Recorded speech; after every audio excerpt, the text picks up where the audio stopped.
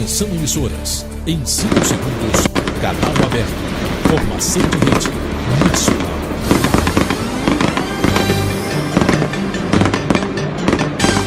Brasília, 7 horas.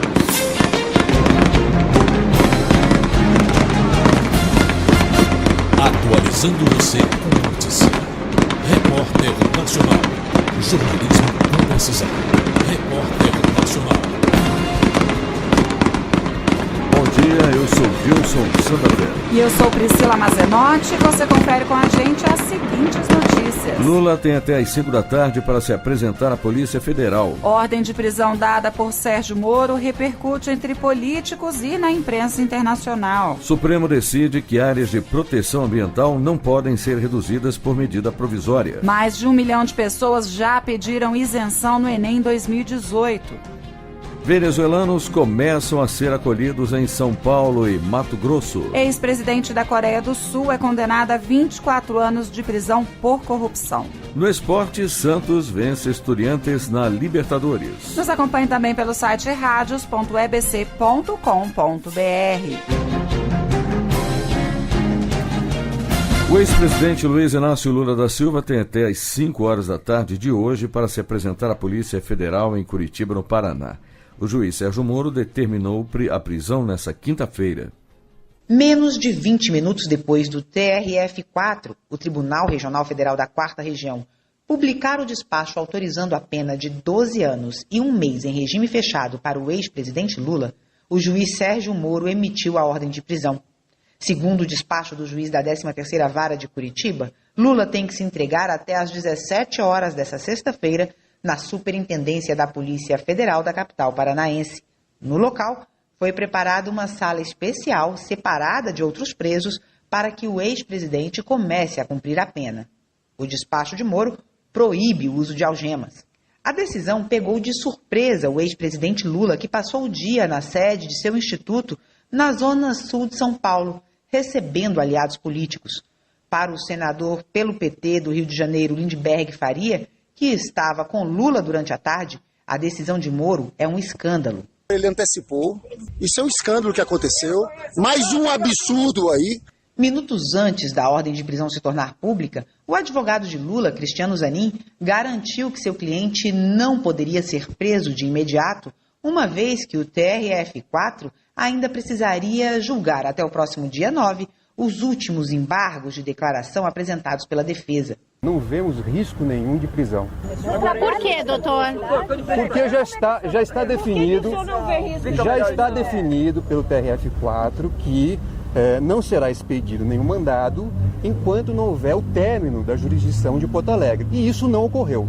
Na sequência, em nota, o advogado informou que a prisão contraria a decisão do próprio tribunal que garantiu o acesso a todos os recursos jurídicos possíveis. Na nota, o advogado informa que a defesa do ex-presidente não chegou a ser intimada do acórdão que negou os primeiros embargos de declaração no TRF4 e que a partir dessa intimação ainda seria possível apresentar novos embargos ao tribunal. Lula deixou a sede do Instituto no início da noite e seguiu para o Sindicato dos Metalúrgicos em São Bernardo do Campo, no ABC paulista. No lugar onde Lula começou sua carreira política na década de 1970, foi convocado às pressas um ato em solidariedade ao ex-presidente. Pelo Twitter, o governador de São Paulo e pré-candidato à presidência da República pelo PSDB, Geraldo Alckmin, disse que a prisão de Lula simboliza o fim da impunidade no Brasil. Já a pré-candidata pelo PCdoB, a deputada federal Manuela Dávila, preferiu seguir para São Bernardo para prestar apoio ao ex-presidente e se encontrar com pessoas que, segundo ela, também estão se sentindo violentadas. Da Rádio Nacional em São Paulo, Eliane Gonçalves. E a ordem de prisão do ex-presidente Lula repercutiu entre as lideranças políticas. O líder da minoria, senador Humberto Costa, do PT, afirmou pelo Twitter que o mandado de prisão contra Lula foi expedido de forma assodada, um escândalo que envergonha o Brasil, classificou. O líder do PT na Câmara, Paulo Pimenta, também fez críticas ao juiz Sérgio Moro. O juiz Sérgio Moro afronta, mais uma vez, o Estado Democrático de Direito na sua sanha de perseguição ao presidente Lula. Por sua vez, em nota, o senador Ronaldo Caiado, do Democratas, disse que a prisão de Lula é uma quebra de paradigma. Em vídeo divulgado na internet, o líder do Democratas, Rodrigo Garcia, seguiu a mesma linha do colega de legenda.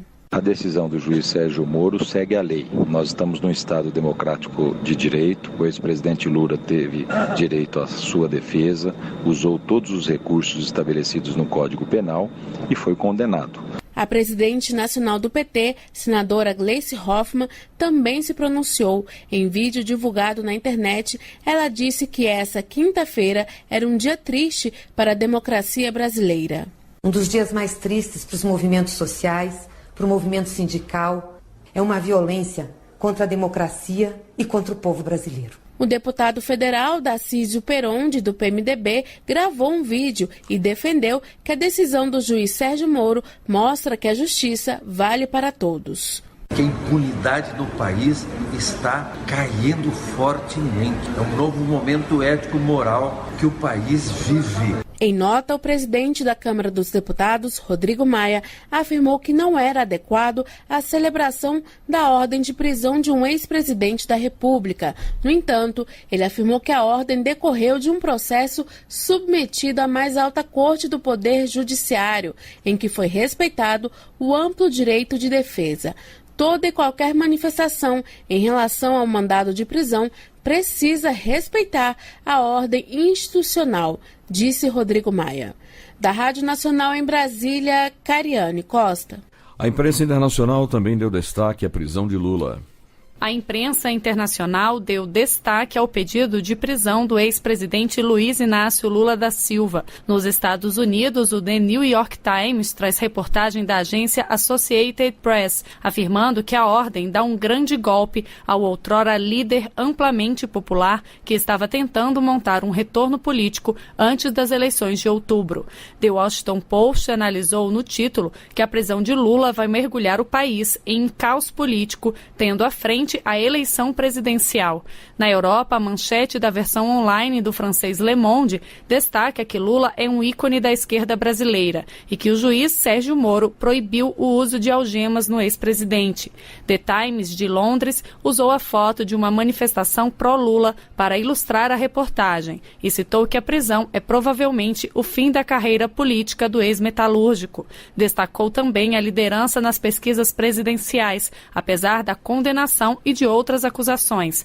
E a BBC trouxe o argumento de Lula de que a prisão tem motivação política para impedir que ele concorra a presidente da República. O Russia Today também estampa uma das chamadas de capa com manifestação a favor de Lula e menciona a proibição do uso de algemas no ex-presidente, segundo o site, para não acirrar os ânimos na sociedade. Também cita a popularidade de Lula e a aparente saída da disputa eleitoral. Em Portugal, grandes jornais como o Diário de Notícias e o Público trazem o pedido de prisão como manchete. E o jornal espanhol El País lembra que Moro não esperou nem 24 horas desde a decisão do Supremo Tribunal Federal para decretar a prisão. Na África, noticiários de vários países também trouxeram a notícia. No Jornal de Angola, Lula é a manchete. E no Novo Jornal do mesmo país se discutem os últimos recursos jurídicos que podem ser apresentados pela defesa para adiar a prisão. Da Rádio Nacional em Brasília, Sumaia Vilela.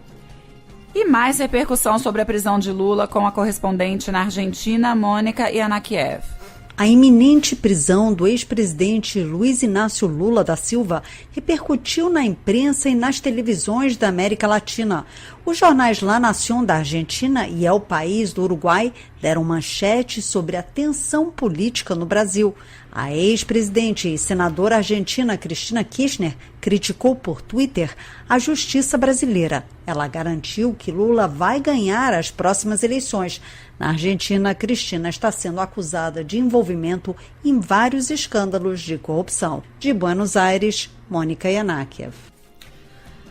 E advogados usaram as manifestações dos ministros durante o julgamento de Lula para pedir liminar contra a prisão em segunda instância. O relator da ação é o ministro Marco Aurélio. Os autores da ação declaratória de constitucionalidade, que questiona a prisão após condenação em segunda instância, entraram com um pedido de liminar no Supremo Tribunal Federal nesta quinta-feira. Em nota, os advogados alegam que as manifestações dos ministros durante o julgamento que negou o habeas corpus a Lula sinalizam que a maioria do plenário é favorável à revisão da prisão após a segunda instância. Por isso, eles querem uma liminar até que a Suprema Corte reexamine a questão. O relator da ação é o ministro Marco Aurélio, a quem cabe analisar a liminar. Subscrevem o pedido os advogados Antônio Carlos de Almeida Castro, o Cacai, Cláudio Pereira de Souza Neto e Ademar Borges de Souza Filho. Apesar de negar o habeas corpus ao ex-presidente, a ministra Rosa Weber indicou que seria favorável à revisão da prisão depois da segunda instância, mas as ações que poderiam mudar essa jurisprudência não foram pautadas pela presidente da Corte, Carmen Lúcia, apesar dos apelos de outros ministros, como Marco Aurélio e Celso de Mello. Da Rádio Nacional em Brasília, Lucas Por Deus Leão. O Partido Ecológico Nacional também pediu que a Corte garanta monocraticamente a liberdade de condenados que ainda possam recorrer às cortes superiores. O ministro Marco Aurélio disse que pode levar para julgamento na próxima quarta-feira, dia 11, a liminar. Apesar do ministro ter dito que pode levar a questão para julgamento na próxima semana, não está descartada a possibilidade dele conceder a liminar pleiteada pelo partido individualmente a qualquer momento. E a perícia concluiu que um dos 3 ônibus da caravana do ex-presidente Lula foi atingido por 2 disparos de arma de fogo durante passagem pelo Paraná. O laudo do Instituto de Criminalística, assinado pelo perito Inajar Kurovski, foi apresentado nesta quinta-feira em Curitiba. Na avaliação do perito, a arma de calibre .32 deve ser um modelo antigo, de 2 canos, tipo garrucha, que não é mais fabricada. 7h11. O primeiro grupo de imigrantes venezuelanos que chegou ao Brasil por Roraima e aderiu ao programa de interiorização feito pelo governo brasileiro em parceria com a Acnur, o Alto Comissariado das Nações Unidas para os Refugiados, chegou na tarde dessa quinta-feira à capital paulista. Hoje, outro grupo de venezuelanos deve embarcar para a cidade de São Paulo e também para Cuiabá, em Mato Grosso. Todo o processo está sendo feito discretamente. De acordo com Felipe Sabará, secretário de Assistência e Desenvolvimento Social da Prefeitura de São Paulo, essa é uma recomendação da Acnur. O secretário afirma que a Prefeitura se preparou para receber 132 venezuelanos no bairro de São Mateus e outros 28 em Santo Amaro. 116 desembarcaram e foram encaminhados para abrigos. Outros 44 chegam nesta sexta-feira. Felipe Sabará explica como vai ser o processo de acolhimento. Bom, primeiramente um serviço de acolhimento bastante humanizado, com qualidade, chuveiros, banheiros, toda a alimentação, dormitórios, também conversas que estamos fazendo com Câmara de Comércio da Espanha, Venezuela e outros países de língua espanhola, para que possamos conseguir vagas de empregos para essas pessoas que, em sua maioria, têm ensino médio e superior. Os imigrantes estão alojados em abrigos usados normalmente para acolher moradores de rua, mas durante a estadia dos venezuelanos, os locais ficarão fechados para essas pessoas. Outro grupo de imigrantes deve embarcar nesta sexta-feira para São Paulo e Cuiabá, no Mato Grosso. Por enquanto, a preferência para o processo de interiorização é para homens e mulheres adultos e solteiros. Todos os imigrantes estão sendo transportados pela Força Aérea Brasileira. Roraima tem sido porta de entrada de milhares de imigrantes que fogem da grave crise política e econômica na Venezuela. Cerca de 40 mil estão atualmente no estado. Isso representa 10% da população local. Segundo as Nações Unidas, 24 mil venezuelanos já pediram asilo formal ao Brasil. Os imigrantes têm enfrentado demonstrações de xenofobia. A Polícia Civil apura desde o final de março crimes de discurso de ódio, incitação à discriminação e violência contra venezuelanos que estariam sendo praticados pela internet e também por programas de rádio e televisão que incitariam brasileiros contra imigrantes. Da Rádio Nacional em Brasília, Samanta do Carmo. E o Ministério Público do Trabalho pede ao governo políticas de empregabilidade para migrantes venezuelanos. O Ministério Público do Trabalho emitiu uma nota técnica ao governo federal solicitando providências para a criação de uma política pública de emprego aos migrantes venezuelanos e a adoção de medidas de prevenção ao trabalho escravo e infantil, ao tráfico de pessoas, à discriminação e à xenofobia.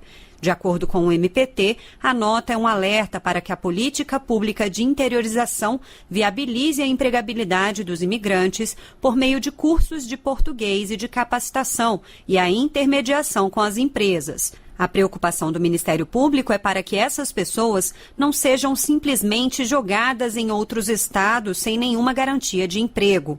O órgão deve acompanhar as medidas adotadas pela União, Estado de Roraima e municípios envolvidos e, em caso de desconsideração dos pontos apresentados na nota técnica, estuda a possibilidade de ingressar com ações judiciais.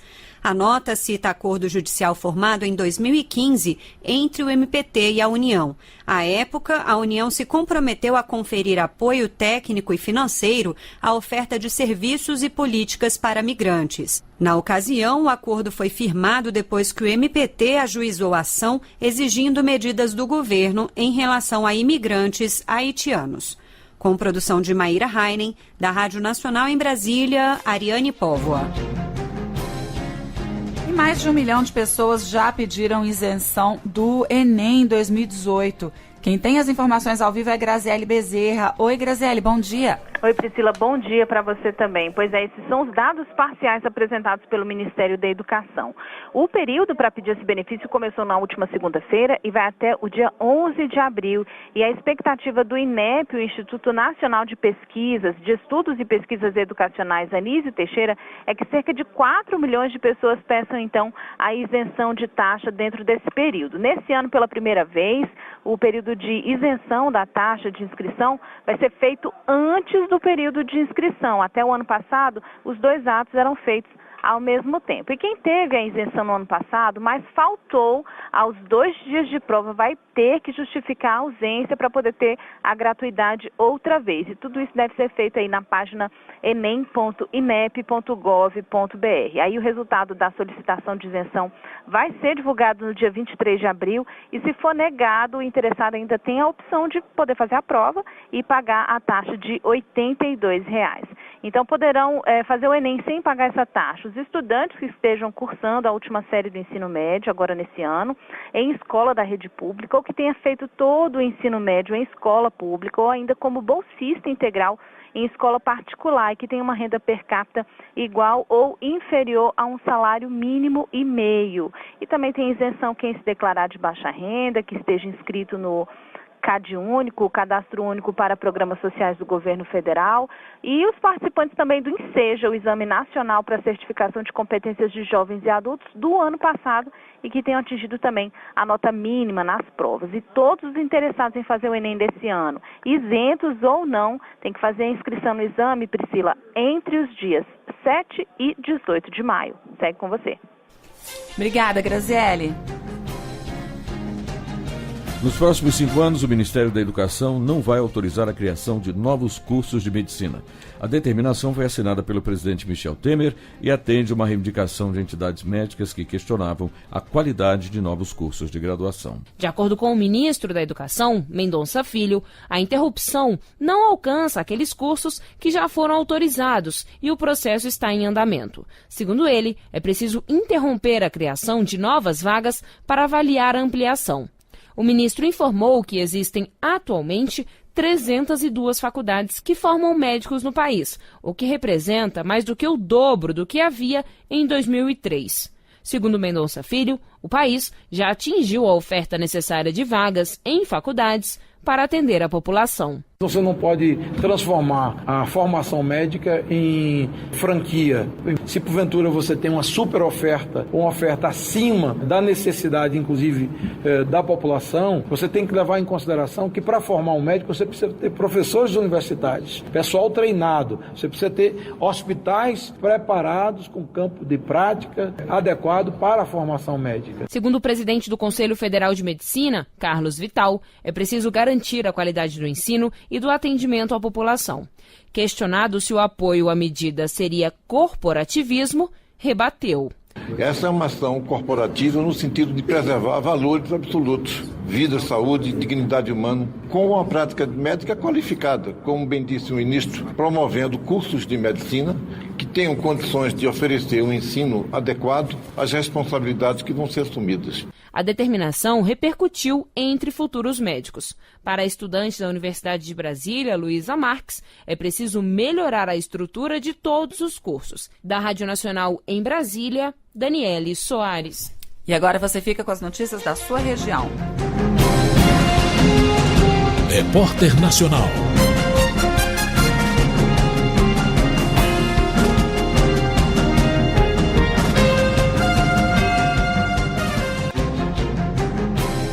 Estamos apresentando Repórter Nacional.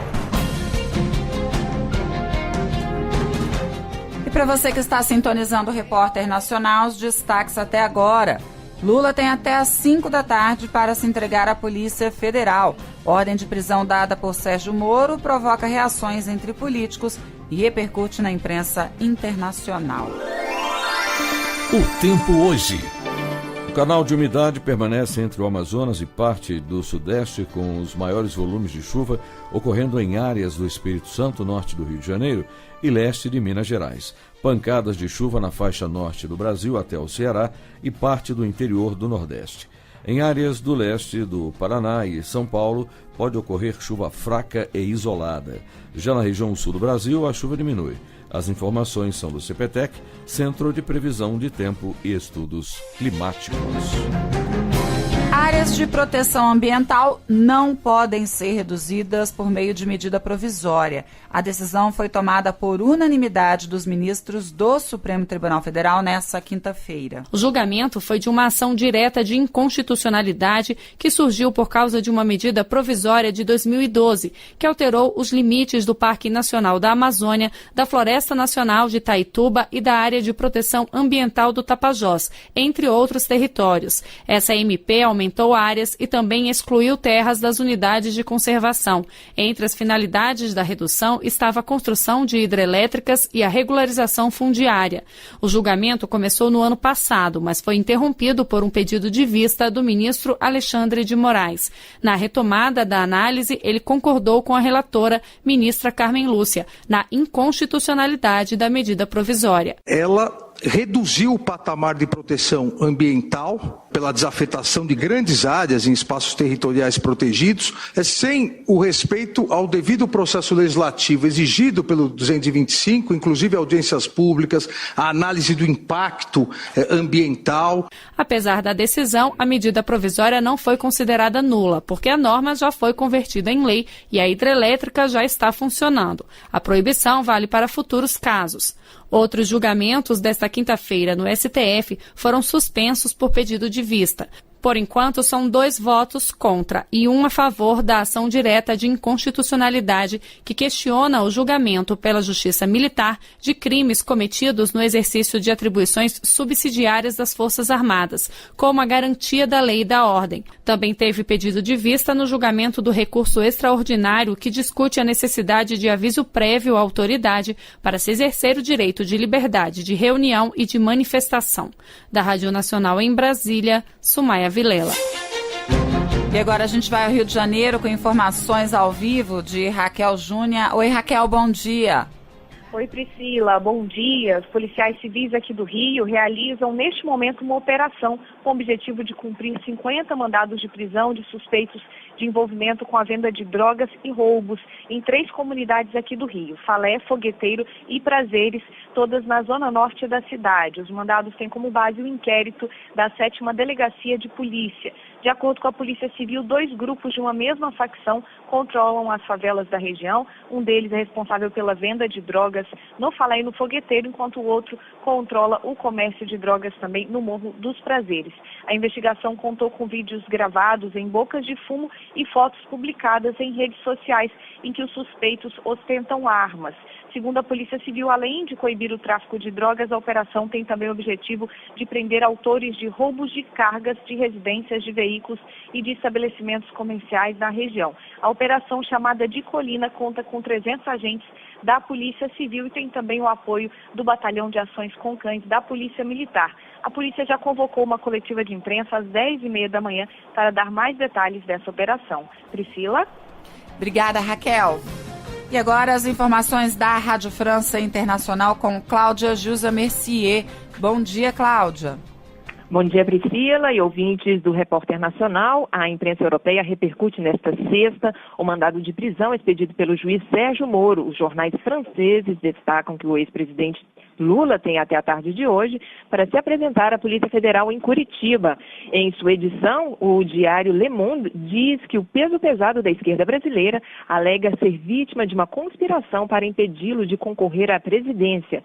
Em entrevista à RFI, a secretária de Relações Internacionais do PT, Mônica Valente, afirma que Lula continua sendo o candidato do partido à presidência da República. E a ex-presidente sul-coreana Park Geun-hye foi condenada nesta sexta-feira a 24 anos de prisão por corrupção. Primeira mulher eleita presidente na Coreia do Sul, Park, que foi destituída do poder e presa em março de 2017, foi considerada culpada de corrupção e abuso de poder pelo Tribunal de Seul. Ela também terá que pagar uma multa de 18 bilhões de won, cerca de 560 milhões de reais. E o primeiro-ministro da Malásia, Najib Razak, anunciou nesta sexta-feira a dissolução do parlamento para convocar eleições legislativas em meio ao escândalo financeiro que abala o país. A Comissão Eleitoral deve anunciar nos próximos dias a data das próximas eleições. A coalizão liderada por Najib está no poder desde a independência dessa antiga colônia britânica em 1957. Porém, seu governo é suspeito de uma série de desvios de dinheiro investigados em diversos países como a Suíça, Singapura e também os Estados Unidos.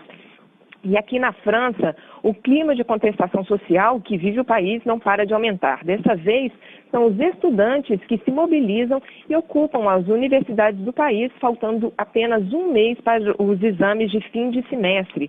Entre as instituições grevistas está a reconhecida Faculté de Lettres de la Sorbonne.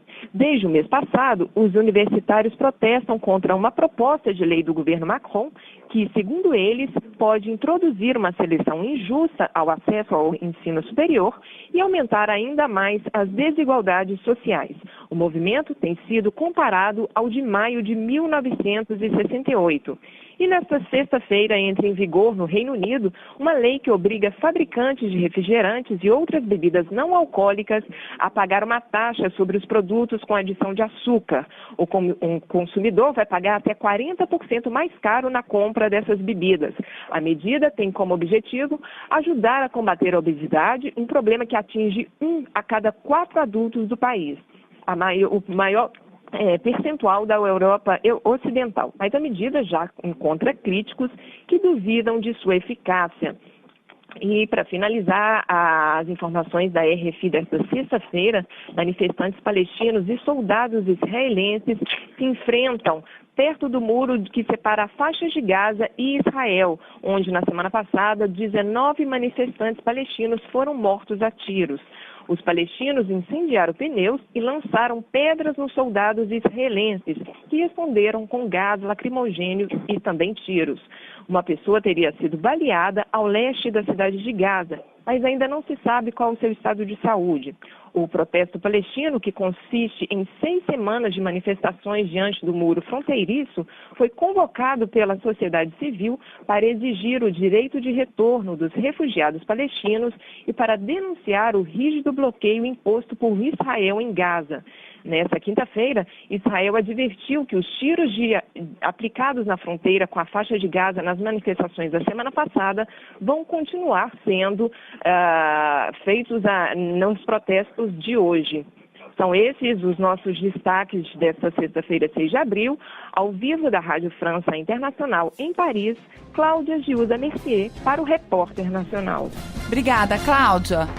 7h33. A defesa do ex-presidente Lula entrou com um novo pedido de habeas corpus no STJ. Quem tem as informações ao vivo é Lucas Por Deus Leão. Bom dia, Lucas. Olá, bom dia, Priscila. A defesa do ex-presidente Lula entrou hoje cedo com um novo pedido de habeas corpus, dessa vez no Superior Tribunal de Justiça, o STJ. O tribunal é a terceira instância do Poder Judiciário, acima do TRF4, que condenou Lula a mais de 12 anos de prisão.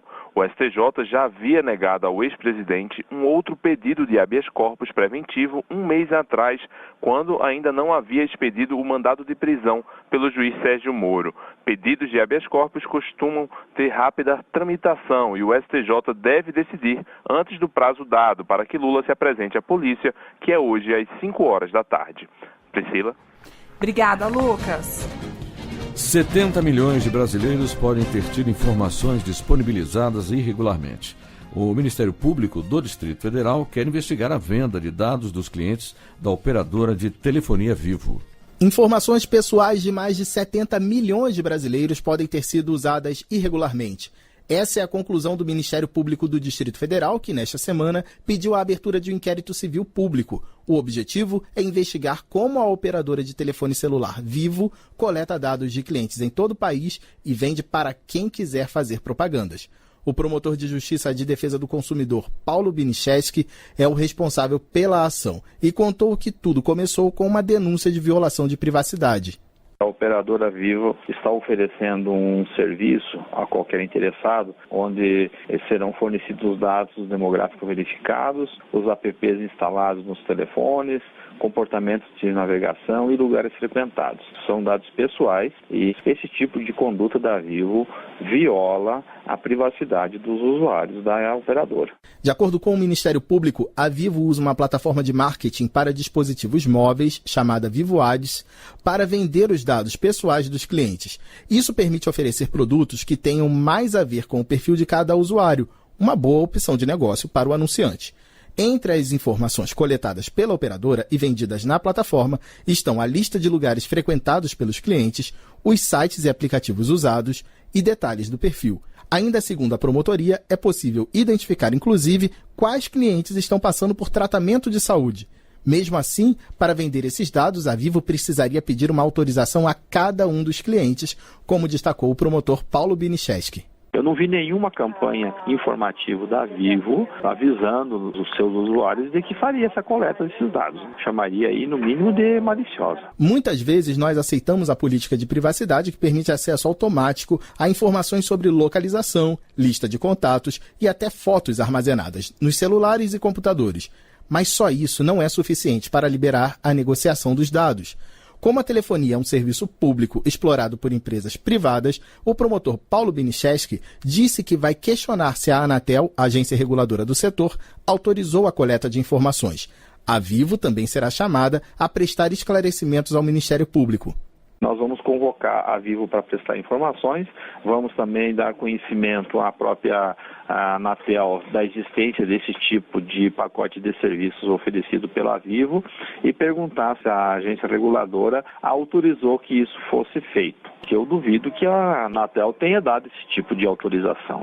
Em nota, a Anatel disse que foi informada sobre a instauração de inquérito civil público e que está à disposição para prestar apoio técnico e regulatório na investigação. A operadora Vivo também se manifestou por meio de nota. Afirmou que cumpre rigorosamente a legislação vigente e não promove qualquer uso ilegal de dados pessoais e que as informações dos clientes não são, em hipótese alguma, transferidas ou compartilhadas com anunciantes. Acrescentou que a plataforma Vivo Ads permite interagir com a publicidade apresentada pela própria operadora com a autorização prévia do usuário.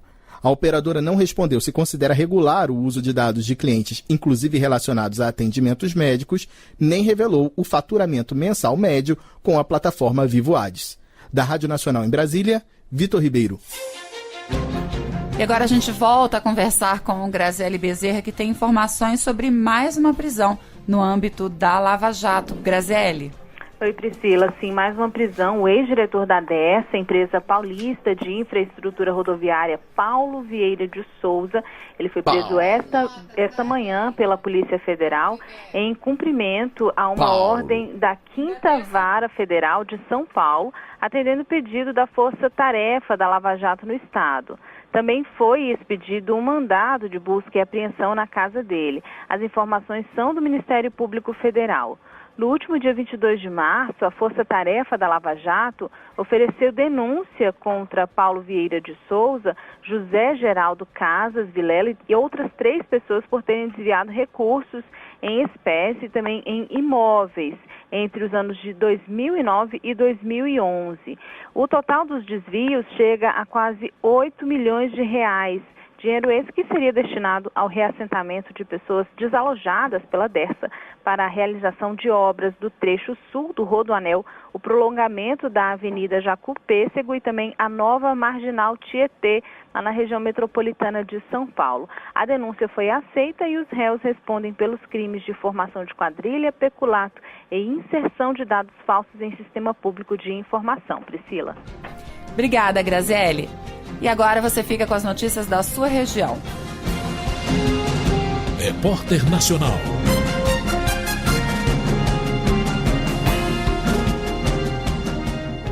E para você que está sintonizando o Repórter Nacional, os destaques até agora. Venezuelanos começam a ser acolhidos em São Paulo e no Mato Grosso. Ex-presidente da Coreia do Sul é condenado a 24 anos de prisão por corrupção. Confira, em Brasília, faltam 15 minutos para as 8 horas. Os primeiros Jogos Olímpicos da Era Moderna é o assunto do História Hoje. No dia 6 de abril de 1896, começavam em Atenas, na Grécia, os primeiros Jogos Olímpicos da Era Moderna. Com duração de 10 dias, os Jogos contaram com a participação de 241 atletas, todos homens, representantes de 14 países. Os Jogos foram realizados graças ao empenho do francês Pierre de Fred, o Barão de Coubertin, conhecido mundialmente como o pai da Olimpíada Moderna. Coubertin era motivado pelo ideal da educação por meio do esporte e queria propagá-lo como um instrumento de aproximação entre os povos em benefício da paz. E foi o pai da Olimpíada Moderna que criou a célebre frase: "O importante é competir". Mas para realizar os primeiros Jogos Olímpicos da Era Moderna, teve que contar com a ajuda do príncipe Constantino, que assumiu a presidência da comissão organizadora do evento. A primeira responsabilidade do príncipe foi levantar fundos necessários para sediar os Jogos, já que a Grécia passava por dificuldades financeiras e turbulência política. O dinheiro foi então levantado por meio de doações, vendas de selos especiais e vendas de ingressos. O empresário Jorge Averoff doou o suficiente para a restauração do estádio Panathinaiko, palco de grande abertura dos Jogos. A cerimônia de abertura teve um público de 100 mil pessoas. No mesmo dia, a Grécia comemorava a independência. Foram 9 modalidades disputadas: atletismo, ciclismo, esgrima, ginástica, halterofilismo, luta, natação, tênis e tiro. Os vencedores foram premiados na cerimônia de encerramento no dia 12 de abril.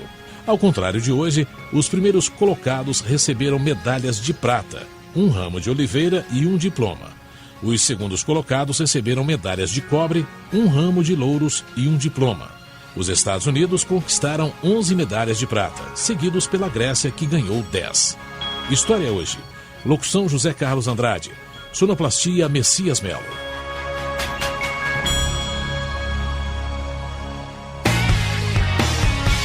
Esportes. O Santos venceu o Estudiantes por 1-0 nesta quinta-feira em Quilmes, na Argentina, em jogo válido pela terceira rodada do Grupo 6 da Copa Libertadores da América. Com a vitória, o Santos assumiu a liderança do Grupo 6 da competição continental com 6 pontos. Pela Libertadores, o Santos volta a campo contra o próprio Estudiantes na Vila Belmiro no próximo dia 24. E o assunto agora é Campeonato Carioca. Paulinho não vai jogar a partida decisiva, como conta Jorge Vanburg. O Vasco não poderá contar com seu principal jogador, o atacante Paulinho, na decisão do Campeonato Carioca de Futebol contra o Botafogo neste domingo no Maracanã. Paulinho machucou o cotovelo esquerdo ao cair no gramado numa disputa de bola com o jogador do Cruzeiro nesta quarta-feira, em partida do Grupo 5 da Copa Libertadores em Belo Horizonte, que terminou empatada em 0-0. Em nota oficial, O Vasco confirmou que ele passará por uma cirurgia neste fim de semana, já que exame de imagem, realizado ainda em Belo Horizonte, confirmou uma fratura e a existência de fragmento ósseo que precisará ser retirado na articulação do cotovelo. Segundo o clube, na volta ao Rio de Janeiro, o jogador foi avaliado por especialistas em cotovelo para definir os métodos de sua recuperação, e eles chegaram à conclusão de que Paulinho precisará ser operado. A previsão de retorno ao time do Vasco será dada após a realização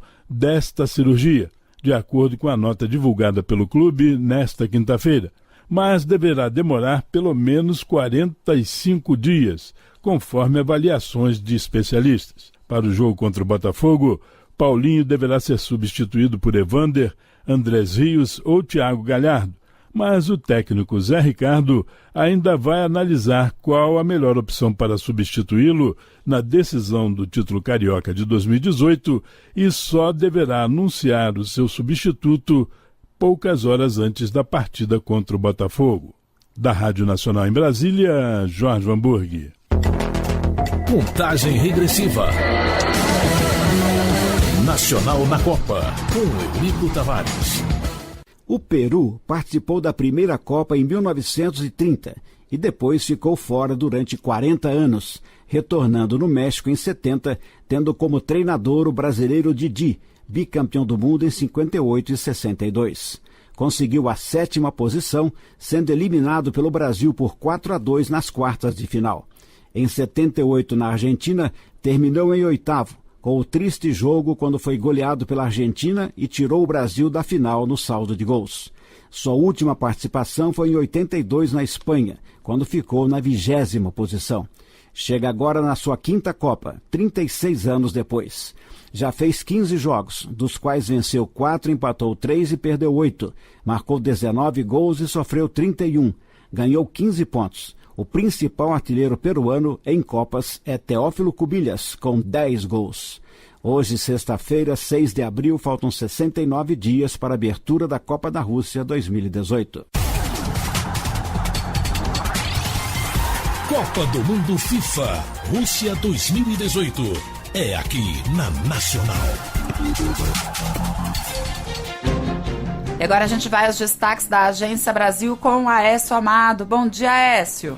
Bom dia, Priscila. A Agência Brasil destaca que policiais civis do Rio de Janeiro cumprem, neste momento, 50 mandados de prisão de suspeito de envolvimento com venda de drogas e roubos nas favelas do Falé, Fogueteiro e Prazeres, na zona norte do Rio de Janeiro. Os mandados têm como base inquérito da Delegacia de Santa Teresa, responsável pela região. Segundo a Polícia Civil, 2 grupos da mesma facção controlam as favelas da região. Um deles é responsável pela venda de drogas no Morro do Arfalé e no Fogueteiro, enquanto outros controlam o comércio de drogas ilícita no Morro dos Prazeres. A investigação conta com vídeos gravados e fotos publicadas em redes sociais em que os suspeitos ostentam armas. Essa notícia está em destaque na Agência Brasil, da redação da Agência Brasil, Aécio Amado. Pois é, e esse e outros destaques você confere no site agenciabrasil.ebc.com.br. Cultura. Complexo Cultural Bumba Meu Boi pode se tornar patrimônio cultural imaterial da humanidade. A coroa ainda existe. Ritual, festa, brincadeira e arte. O Bumba Meu Boi está prestes a ganhar reconhecimento internacional. O IPHAN, Instituto do Patrimônio Histórico e Artístico Nacional, oficializou esta semana a candidatura do Complexo Cultural do Bumba Meu Boi a Patrimônio Cultural Imaterial da Humanidade. Um dossiê organizado pelo Instituto foi entregue ao Ministério das Relações Exteriores, que vai defender a candidatura brasileira junto à Unesco, Organização das Nações Unidas para Educação, Ciência e Cultura. A presidente do IPHAN, Kátia Bogeia, acredita que o bem cultural tem muitas chances de alcançar um reconhecimento internacional.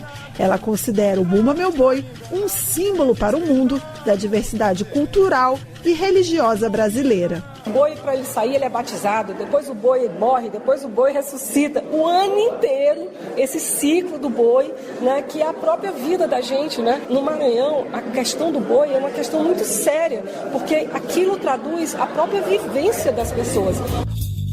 O complexo cultural do Bumba Meu Boi é dividido em 5 principais estilos, conhecidos como sotaques. Entre eles, matraca, orquestra, zabumba, costa de mão e baixada. No Maranhão, são mais de 400 grupos na capital e em 75 municípios do estado. Tarquínio Costa Cardoso participa há mais de 30 anos do Boi do Seu Teodoro em Brasília e do Boi de Maracanã, no Maranhão. Ele fala sobre a expectativa dos mestres e brincantes pelo reconhecimento do boi como patrimônio cultural imaterial da humanidade. O pessoal está aguardando com muita ansiedade esse tombamento, né? O pessoal vai poder viajar mais e divulgar mais o folclore do Maranhão. Enquanto eu viver, eu vou acompanhar esse Bumba Meu Boi até morrer. O boi que eu brinco, isso aqui, é sagrado. Dança, dança, meu boi de fofo. O presidente da Fundação Cultural Palmares, Erivaldo Oliveira, destaca a origem afro-brasileira do Bumba Meu Boi e defende a valorização dos mestres da cultura popular. Esse é um momento muito importante para que as pessoas não torçam o nariz para a cultura afro-brasileira, que respeite a diversidade e respeite as grandes manifestações culturais. Os mestres do Bumba Meu Boi têm que ser remunerados, remuneração é X, e ele vai viver da cultura dele e não de bico e de quebra-galho. O Brasil possui 5 bens reconhecidos como patrimônio cultural e material da humanidade: a pintura corporal e arte gráfica Uajampi, o samba de roda do Recôncavo Baiano, o frevo, o círio de Nossa Senhora de Nazaré e a roda de capoeira.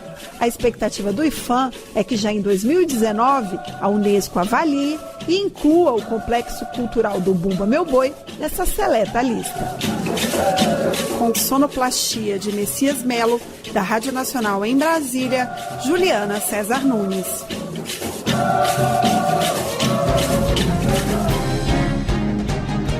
Ministério Público Federal libera para análise do Supremo pedido de suspeição contra Gilmar Mendes. O ministro concedeu liminar a Jacó Barata Filho. Gilmar é padrinho de casamento do empresário.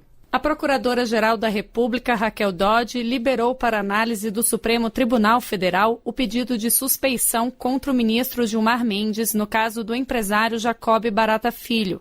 O pedido foi do antecessor de Dodge, Rodrigo Janot.